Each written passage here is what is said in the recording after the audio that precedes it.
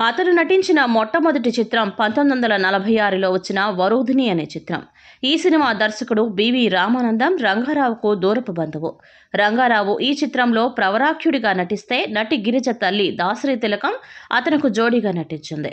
అప్పటిదాకా నాటకాల్లో ఆడవేషాలు వేసే మగవాళ్ల పక్కనే నటించిన రంగారావుకు మొదటిసారిగా నిజంగా ఆడవాళ్లతో నటించడానికి కొంచెం జానికి వేసింది. అయితే రామానందం ప్రోత్సాహంతో సినిమాను పూర్తి చేయగలిగారు.